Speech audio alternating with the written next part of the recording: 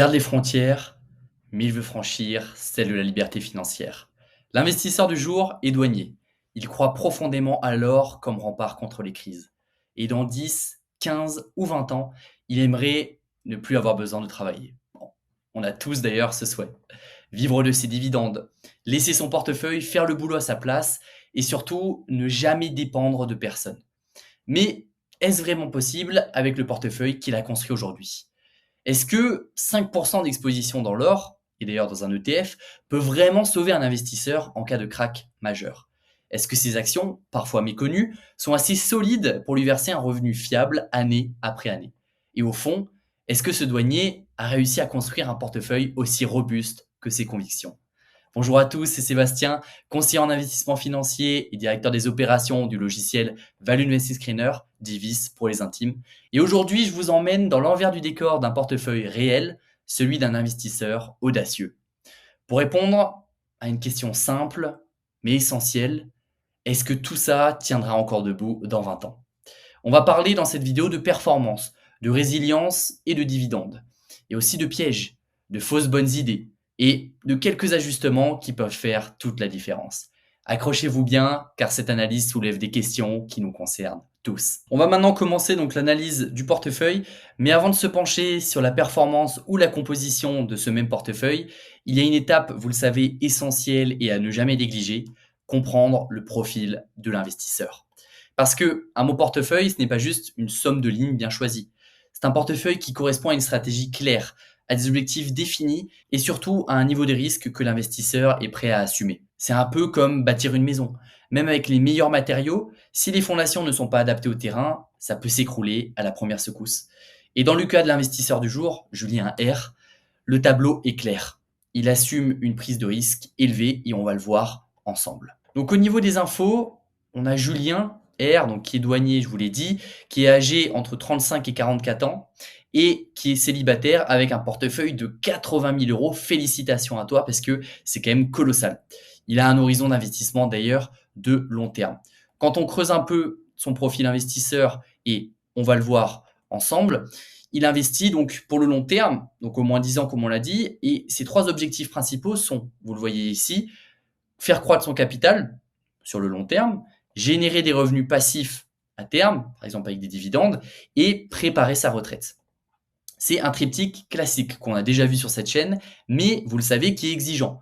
Parce que il faut à la fois viser de la performance, assurer une certaine stabilité et préparer l'avenir sans se mettre en danger à court terme. Son portefeuille actuel qui avoisine 80 000 euros, on n'est plus dans la phase que j'appelle découverte de l'investissement, puisque chaque décision compte, chaque billet peut avoir un vrai impact. Son profil, on l'a vu d'ailleurs ici, il a une tolérance de risque élevée. Ce qui distingue Julien, du coup, c'est cette tolérance, puisqu'il accepte la volatilité, les montagnes russes, à condition que le rendement potentiel soit là. Ce type de profil, c'est à la fois une force, mais un piège. Une force parce qu'il peut aller chercher des titres sous-évalués, des small caps, ou des thématiques plus dynamiques. Un piège parce que dans la durée, le risque mal calibré peut ruiner une performance pourtant solide. On le voit d'ailleurs, son approche, c'est du stock picking. Julien, il fait un choix clair ici. Il construit lui-même son portefeuille, action après action. On le verra juste après, il a également des ETF. Mais le stock picking en général, c'est une approche exigeante, mais c'est souvent plus rentable si elle est bien exécutée. Et aujourd'hui, c'est ce qu'on va évaluer. Est-ce que ses choix sont cohérents avec ses objectifs? Est-ce que son portefeuille est bien diversifié à la fois sectoriellement et géographiquement? Et est-ce qu'il pourra tenir la route pendant 10, 15 ou 20 ans? Et d'ailleurs, quand on creuse un peu, il nous a demandé quoi? Donc déjà, le titre doute, c'est Waco Group, qu'on verra juste après. Les axes d'analyse sur lesquels il veut qu'on se penche, c'est la diversification sectorielle, la diversification géographique. Est-ce que les titres sont adaptés à une stratégie équilibrée long terme et des idées d'amélioration qu'on lui donnera avec grand plaisir? Les investissements qui, eux, sont à conserver, eh bien, Total Energy et un ETF sur l'or. Selon lui, le point fort, c'est la bonne diversification sectorielle et il utilise deux enveloppes d'investissement, le compte titre et le PEA. À noter d'ailleurs que cette analyse va se baser sur 3 ans, mais elle sera déjà riche d'enseignements. Notre analyse portera donc sur la période 2022 à aujourd'hui. C'est un laps de temps relativement court, je le sais, mais suffisant pour voir comment son portefeuille s'est comporté dans un contexte instable. Tensions géopolitiques, inflation, remontée des taux, volatilité accrue. C'est en fait un excellent test pour voir si la structure actuelle est aussi solide qu'ambitieuse, et c'est surtout depuis cette année que Julien à ces titres en portefeuille. Et je veux à chaque fois me rapprocher au plus près de la situation réelle de l'investisseur. On se retrouve donc sur le portefeuille de Julien R. Et je tiens quand même à faire un petit disclaimer avant de continuer cette analyse. Pour rappel, ce n'est pas une analyse rémunérée, ce n'est pas un conseil en investissement ni un conseil personnalisé. Je fais juste cette étude à titre vraiment éducatif pour qu'on puisse tous ensemble apprendre des constructions de portefeuille. C'est seulement mon avis, ce n'est pas une recommandation personnalisée en termes d'investissement. Maintenant que c'est dit, voyons donc le portefeuille de Julien et on le voit que son portefeuille global est composé donc de 3,5 et donc 7,5% de cash. Ce qui est toujours bien d'avoir une petite poche de cash puisqu'on peut ajuster en période de tension de marché. Et par exemple, s'il y a des opportunités comme un gros crack et qu'on est sûr de ces titres et qu'on veut les racheter à une meilleure valorisation, pourquoi pas ne pas utiliser ça.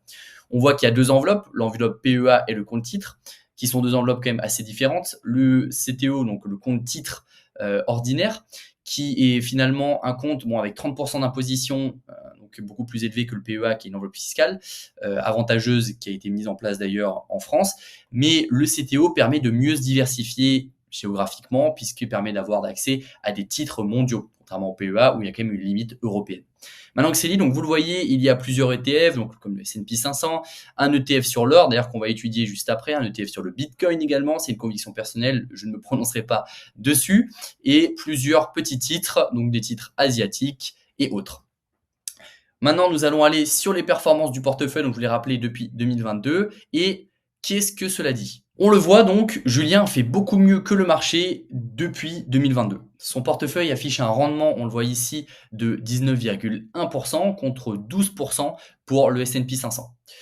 Sur d'ailleurs une même période. C'est-à-dire qu'en 3 ans, 2-3 ans, ces 10 000 $ de départ sont devenus plus de 18 400 $, alors que l'indice large américain est seulement à 14 828 $.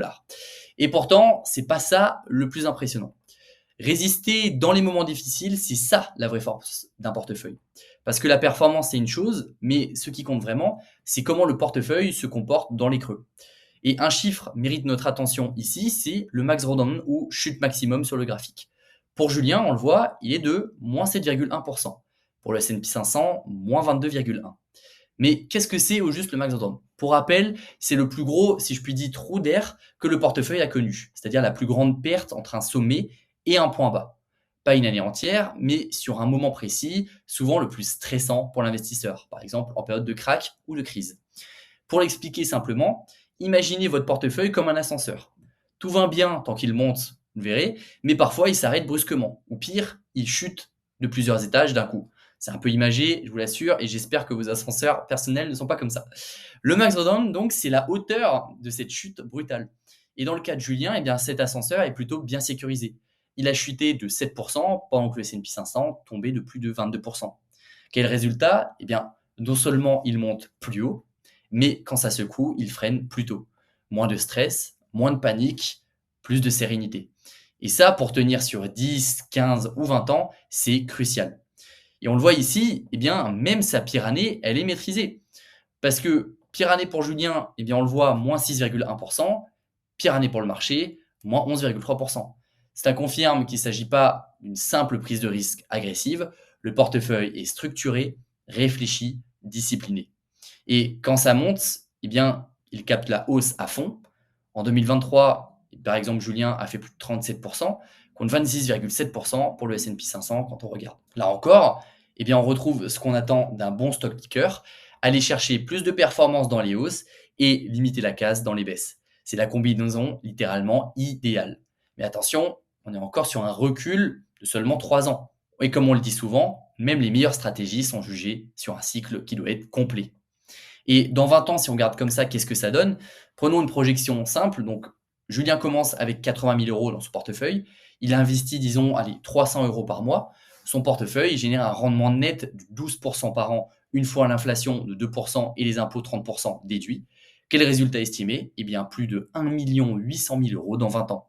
Ce n'est pas une promesse, ce n'est pas une garantie, mais c'est pour vous montrer la puissance des intérêts composés lorsqu'on allie discipline, performance et vision long terme. C'est un peu comme lancer une boule de neige du haut d'une colline. Au départ, elle grossit lentement, mais au bout de 10, 15 ou 20 ans, elle devient une avalanche de capital. Maintenant, on va s'intéresser à une autre notion qui est finalement la frontière efficiente. Et avant d'aller plus loin, quand même, je tiens quand même à vous demander, si vous vous demandez comment j'ai analysé tout ça, eh bien, cette analyse, elle a été, si je puis dire, réalisée à l'aide des logiciels Value Invested Screener, donc VIS et Backtest Vision. Value Invested Screener, c'est l'outil finalement que j'utilise absolument tout le temps pour scanner des portefeuilles réels, les identifier, les analyser grâce du coup à l'extension Backtest Vision et aider ainsi les investisseurs à corriger le tir avant qu'il ne soit trop tard. Il permet de filtrer le marché et de dévoiler des milliers d'opportunités d'investissement en quelques secondes, de trouver par exemple des small caps, mais aussi d'analyser toutes les actions cotées au monde, que ce soit mid ou large cap, de manière simple et bien expliquée. Ce logiciel, il est accessible à tous, à tous les niveaux. Et si vous voulez d'ailleurs aller l'utiliser, j'ai glissé un code promo exclusif en description. Il s'appelle Sébastien, libre à vous d'aller l'utiliser. Maintenant que c'est dit, eh bien, intéressons-nous à cette notion de frontière efficiente que vous voyez ici. Quand on analyse un portefeuille, il y a une question que très peu d'investisseurs se posent. Et pourtant, elle est cruciale. Est-ce que le rendement que j'ai obtenu vaut vraiment le risque que j'ai pris? C'est là qu'entre en jeu un concept fondamental, peut-être un peu technique, je vous l'accorde, mais passionnant, la frontière efficiente. La frontière efficiente, pour rappel et pour ceux qui n'ont pas vu mes anciennes vidéos, d'ailleurs que je vous encourage à aller voir, c'est un outil qui nous vient des travaux du prix Nobel Harry Markowitz. Et elle représente cette frontière l'ensemble des portefeuilles optimaux, donc vous le voyez ici, la courbe en bleu, ceux qui offrent donc le meilleur rendement possible pour un niveau de risque donné, ou à l'inverse, le risque le plus faible pour un rendement donné. Sur ce graphique, on le voit ici, chaque petit point bleu représente un portefeuille théoriquement optimal, au sens de Markowitz. Et ensemble, ils forment cette belle courbe que vous voyez ici. Pour Julien, où est-ce qu'il se situe là-dessus? Eh bien, c'est le point rouge. C'est son portefeuille actuel, le point rouge. Et on le voit, il n'est pas si loin de la frontière, mais pas tout à fait dessus non plus. C'est une bonne nouvelle, mais aussi un signal intéressant. Imaginez que vous partiez faire une randonnée en montagne, vous voulez atteindre un point de vue magnifique avec le meilleur panorama possible, sans bien évidemment vous casser les jambes à escalader la paroi. Eh bien, la frontière efficiente, c'est justement l'ensemble des sentiers qui vous offrent la meilleure vue pour l'effort que vous êtes prêt à fournir. Et aujourd'hui, Julien est presque au sommet, mais il pourrait encore emprunter un sentier un peu mieux tracé. Alors, comment optimiser son chemin, vous allez me demander? Comment optimiser encore un peu plus ce portefeuille déjà performant? C'est là qu'entrent en jeu des méthodes qu'on utilise avec notre outil, notamment Backtest Vision. On peut lancer deux types d'optimisation, comme le max sharp ou le min-vol. Alors, oui, Julien a un portefeuille qui tourne déjà très bien, mais quand on regarde ce graphique, on voit qu'il y a un peu de rendement laissé sur la table. Un petit ajustement dans la répartition des actifs et il pourrait peut-être grimper encore plus haut avec la même énergie et donc le même risque. Et maintenant, on va voir si cette belle performance repose sur un socle bien construit, c'est-à-dire est-ce que son portefeuille est diversifié géographiquement, est-ce qu'il est équilibré sectoriellement, comment est le score total du portefeuille, c'est ce qu'on va analyser tout de suite. On se retrouve donc juste à côté pour le score du portefeuille. Maintenant qu'on a vu les performances et la structure globale de ce dernier, il faut s'intéresser à la qualité intrinsèque des titres. Et c'est là que ce radar nous aide énormément. Il synthétise finalement plusieurs dimensions fondamentales. C'est un radar rendu accessible grâce à Backtest Vision. Et ces dimensions sont la profitabilité, la croissance, la valorisation, la qualité du management, les dividendes et la solidité du bilan. Et en observant attentivement, qu'est-ce qu'on voit? On comprend tout de suite que le portefeuille de Julien a encore une belle marge de progression sur plusieurs axes, notamment les dividendes. Le point faible, donc, on le voit ici, le gros point faible, ce sont les dividendes. C'est le score le plus bas du graphique et ce n'est pas anodin. Surtout quand on sait que Julien, on se rappelle du profil investisseur, on voit l'intérêt, il a pour objectif de générer un revenu passif à long terme, notamment en vue de sa retraite. Mais attention, un mauvais score dividende ne veut pas juste dire je touche peu d'argent tous les mois, il peut en réalité cacher plusieurs faiblesses structurelles dans la sélection des titres. D'abord, un taux de rendement faible. C'est une première explication possible. Le taux de rendement des dividendes est tout simplement bas dans ce cas-là. En clair, si une action vaut 100 euros et verse 1 euro de dividende par an, son rendement est seulement de 1%. Et si la majorité des titres de Julien sont dans cette configuration, cela pose un problème pour générer des flux réguliers à l'avenir. Un portefeuille de 80 000 euros avec 1% de rendement moyen ne produira que 800 euros par an, alors que ce même portefeuille avec 4% pourrait générer 3 200 euros par an, soit un vrai complément de revenu à terme. Le deuxième problème, ça peut être encore plus insidieux. Même si le rendement est élevé, la qualité des dividendes peut être mauvaise. Oui, je vous assure, c'est possible. Et ici, un indicateur fondamental, c'est le payout ratio. C'est le pourcentage du bénéfice que l'entreprise reverse à ses actionnaires. Un payout ratio de 30 à 60%, c'est généralement sain. L'entreprise garde des marges pour réinvestir tout en rémunérant ses actionnaires. Mais un payout ratio de 90% ou plus, c'est souvent un signal d'alerte. Cela veut dire que l'entreprise distribue presque tout ce qu'elle gagne, voire plus, ce qui n'est pas tenable à long terme. On le voit souvent dans les entreprises sur le déclin ou celles qui veulent attirer les investisseurs avec des dividendes artificiellement élevés, mais qui risquent de les couper au moins coup dur. C'est donc des dividendes qui ne sont pas stables et pas safe pour l'avenir. Le troisième point, dernier point d'ailleurs fondamental, c'est la trajectoire du dividende dans le temps. Même un dividende modeste aujourd'hui peut devenir très puissant dans 10 ou 15 ans, à condition qu'il progresse régulièrement. L'exemple français d'ailleurs, c'est Total Energy depuis 33 ans. C'est pourquoi beaucoup d'investisseurs long terme cherchent des entreprises capables d'augmenter leurs dividendes chaque année, un peu comme un salaire qui croît avec l'expérience. On tient plus donc à la croissance annuelle du dividende plutôt qu'au taux de dividende en lui-même. Or, dans ce cas précis, les scores indiquent que cette dynamique est clairement absente dans une partie du portefeuille de Julien. Des pistes concrètes pour améliorer cette composante, eh bien, il y a deux grandes voies possibles, compatibles d'ailleurs avec une logique de stock picking. C'est cibler des entreprises avec un profil de dividende équilibré. Il faudrait prioriser des sociétés qui réunissent trois critères: un rendement décent entre 2 à 5%, un payout ratio sain idéalement entre 30 et 60%, et une croissance régulière du dividende sur les 5 à 10 dernières années. Un excellent d'ailleurs point de départ, ce sont ce qu'on appelle les entreprises dividendes aristocrates. Des entreprises qui ont donc augmenté leurs dividendes chaque année depuis au moins 25 ans. Des études, notamment celles du S&P Dow Jones Indices, montrent que ces entreprises ont historiquement sous-performé en volatilité, mais surperformé en rendement ajusté au risque. Elles sont souvent bien gérées, solides et très disciplinées financièrement. Des exemples classiques d'entre elles, et vous pouvez aller vérifier, sont Procter & Gamble, Johnson & Johnson ou la société 3M. Ces sociétés ne sont pas toujours spectaculaires en performance pure, mais elles offrent une vraie tranquillité sur la durée. L'autre possibilité d'optimiser, c'est intégrer une exposition raisonnée aux REITs, pour en français, sociétés foncières cotées.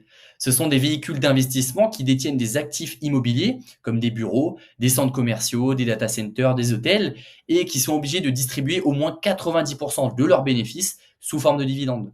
Pourquoi ça peut être intéressant dans le cas de Julien? Eh bien parce que les REITs offrent souvent des rendements compris entre 4 et 7%, parfois plus.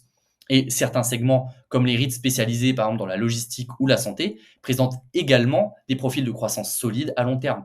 Intégrer 10 à 15% de REITs dans un portefeuille peut ainsi booster mécaniquement le revenu passif, tout en apportant une diversification sectorielle bienvenue et en plus. Donc, le portefeuille de Julien est performant, ambitieux, mais sur le plan de la qualité du revenu futur, il peut clairement faire mieux. Corriger ce point ne nécessite pas forcément de bouleverser toute ta stratégie, mais plutôt de l'affiner en intégrant des titres à dividendes plus robustes et des véhicules spécialisés comme les REITs. Parce que ce n'est pas seulement la performance aujourd'hui qui compte, c'est aussi ce que ce portefeuille pourra lui rapporter chaque année, quand il décidera de lever le pied ou alors de vivre de ses actifs. Maintenant que ces points sont discutés, passons à la diversification sectorielle du portefeuille. Et sur ce point, le tableau est plutôt positif. Julien a su construire, on le voit, une exposition assez équilibrée entre différents secteurs économiques. On retrouve ici la santé, sous healthcare, des services de communication, les valeurs défensives, de l'industrie, de la tech. Autrement dit, on n'est pas sur un portefeuille monothématique ou trop exposé à un seul segment, ce qui est un bon point pour lisser la volatilité à long terme.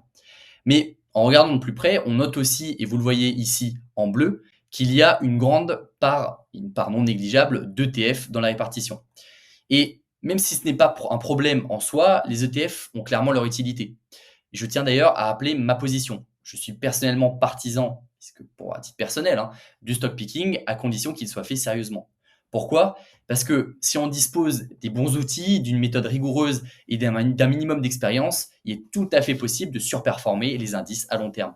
D'ailleurs, à ce sujet, je vous recommande le livre Surperformer en bourse avec les small caps, donc de Rémi de Truchy de Varenne, qui vous offrira un cadre et une méthode stricte que vous pouvez respecter pour surperformer le marché, une méthode qui a porté ses fruits. C'est un livre vraiment très efficace et très performant, passionnant à lire, que je vous invite d'ailleurs à acheter et qui est disponible dans toutes les librairies. Maintenant que c'est dit, eh bien, donc qui est tout à fait possible de surperformer les indices à long terme, c'est d'ailleurs ce que montrent de nombreuses études sur les approches value, quality ou dividend growth quand elles sont bien appliquées. Mais surtout, Je vous le rappelle, faire du stock picking, c'est aussi reprendre le contrôle sur la composition de son portefeuille. On ne subit plus des pondérations automatiques souvent biaisées, comme dans un ETF par exemple le Nasdaq 100, où cette entreprise pèse plus de 50% de l'indice. Et on peut aussi éviter certains frais annuels, même faibles je vous l'accorde, qui sur 15 ou 20 ans grignotent une part significative de la performance totale. Cela dit, Julien il n'est pas tombé, lui, on le voit ici quand même, dans le piège du tout ETF. Il a une base bien diversifiée sectoriellement, ce qui montre qu'il cherche à construire un portefeuille capable de tenir sur plusieurs cycles économiques, et c'est déjà une très bonne base. On verra plus loin comment il pourra affiner certaines expositions en fonction de ses objectifs précis. Il opte alors pour une position satellite, une stratégie satellite, c'est-à-dire un peu d'ETF et des titres variés pour booster la performance. Au niveau de la composition de son portefeuille maintenant, on l'a vu, il veut garder un ETF sur l'or. Il détient environ 5-6% de son portefeuille sur l'ETF Amundi Physical Gold UTC. Et ça en ouvre un débat important. Faut-il inclure de l'or dans un portefeuille d'actions? Et si oui, pourquoi? Pourquoi l'or peut être un excellent complément? Déjà parce que l'or ne suit pas les mêmes cycles que les actions. Historiquement, dans les phases de stress économique, il sert plutôt de valeur refuge et peut même grimper pendant que le marché baisse. Donc c'est un anti-choc et il permet une certaine diversification. Il peut également réduire la volatilité, parce qu'en ajoutant 5% d'or, on observe souvent une baisse mesurable de la volatilité globale du portefeuille, ce qui rend l'équilibre entre risque et rendement plus confortable à long terme.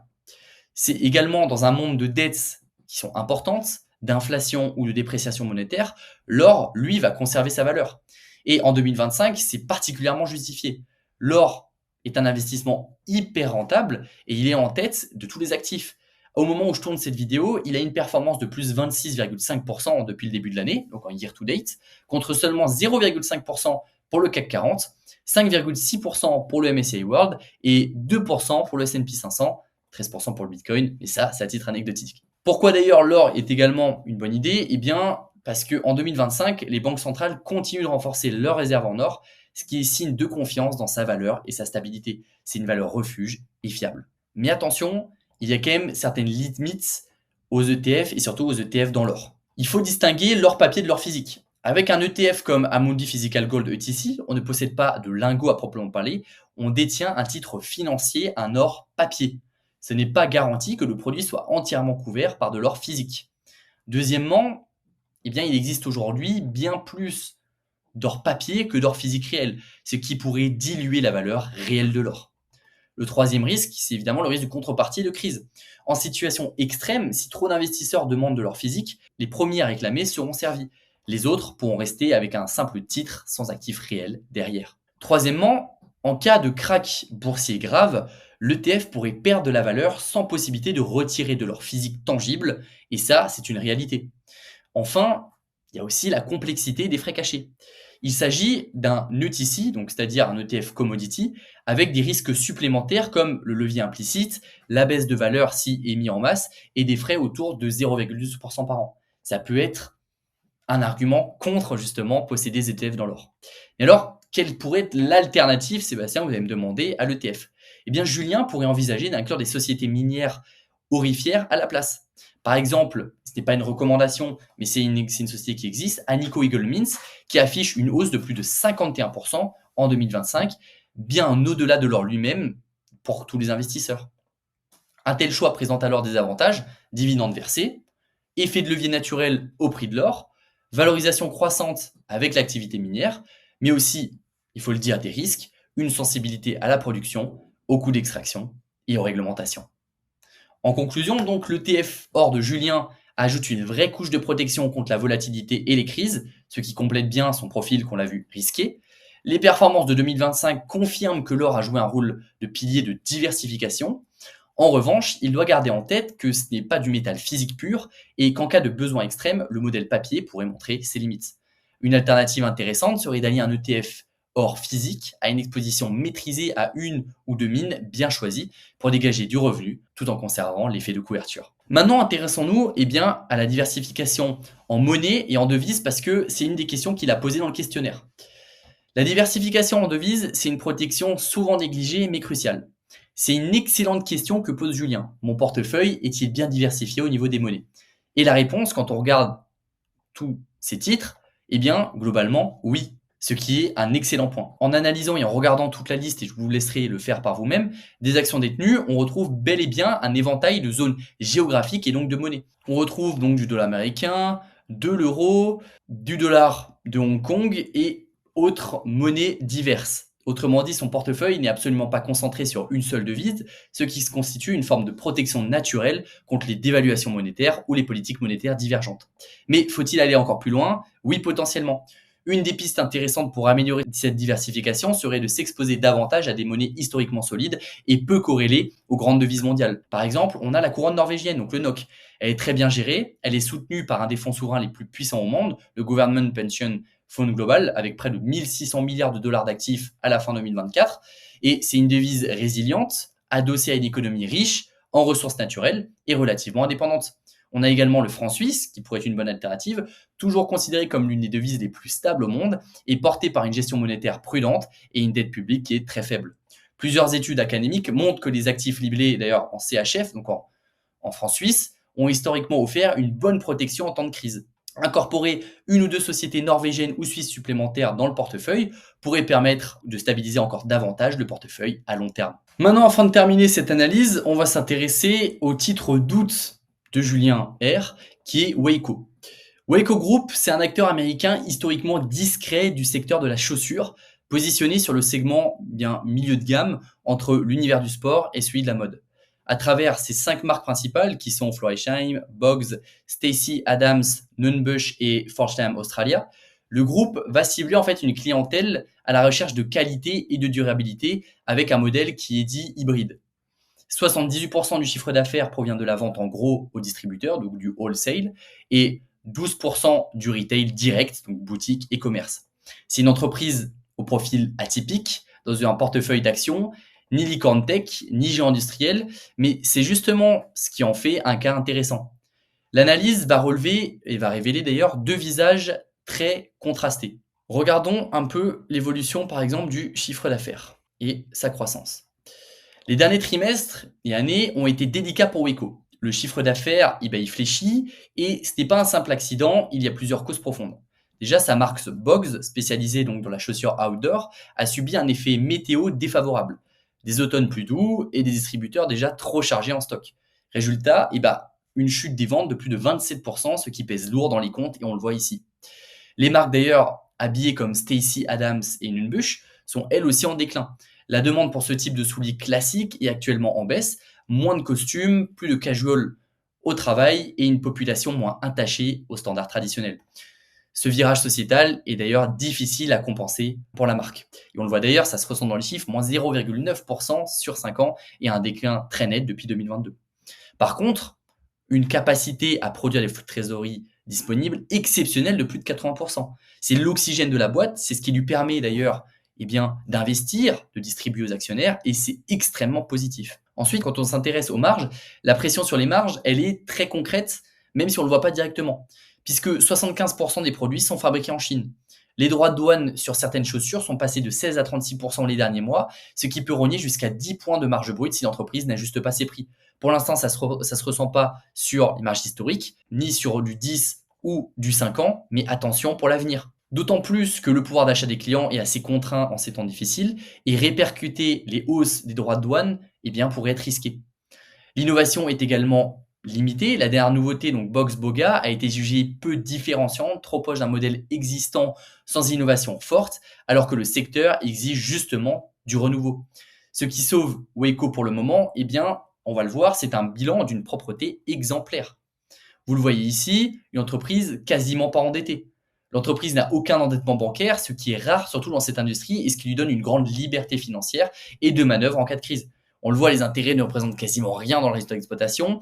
C'est une entreprise ultra liquide avec plus 6,04 pour le quick ratio, qui est un ratio de liquidité, c'est-à-dire en fait, si elle doit vendre ses actifs à court terme, ils sont extrêmement liquides et donc elle pourra rembourser très rapidement ses dettes. Le debt to equity également, il est que de 4%, donc c'est-à-dire la part de la dette par rapport aux capitaux propres, elle ne représente quasiment rien. Couverture des intérêts, plus 2212, je crois que c'est une des premières fois que je vois un chiffre aussi élevé. Et le nombre d'années de résultats nets qu'il faudrait à l'entreprise, il faut moins d'une année de résultats nets à l'entreprise pour rembourser absolument toutes ses dettes. Donc, c'est très positif et ça lui donne, encore une fois, je vous le dis, très forte possibilité pour manœuvrer.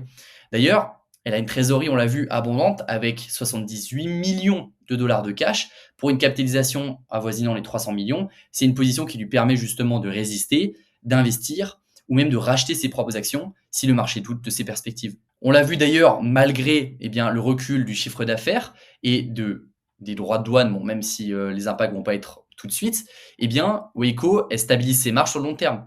Sa marge brute, elle est en légère hausse à 45,3% sur l'année justement, la dernière année 2024, grâce à la baisse des frais de fret et une optimisation du budget marketing. Le résultat net, lui, quand on regarde, il est resté plutôt stable. Et il y a des retail, une partie de son segment qui est en croissance, c'est le segment direct to consumer qui progresse de plus 1,8% et qui est porté par des ventes en ligne comme Florsheim et Bogs, qui sont deux marques mieux armées pour séduire une clientèle en quête de confort. Alors, qu'est-ce qu'on fait? Est-ce qu'on garde ou on vend Weyco? Là, on vend plus, c'est une entreprise qui est plus ou moins correctement valorisée. Une marge de sécurité de plus de 60% selon le discounted cash flow, mais il faut quand même le regarder et le mettre en perspective avec les autres ratios. On pourrait dire que Weyco marche sur un fil. Sa valorisation, elle reste selon moi raisonnable, son bilan sain, ses marges solides, mais en face, les incertitudes sont bien réelles. Guerre tarifaire, désamour pour les chaussures habillées, concurrence low cost, faible différenciation produit.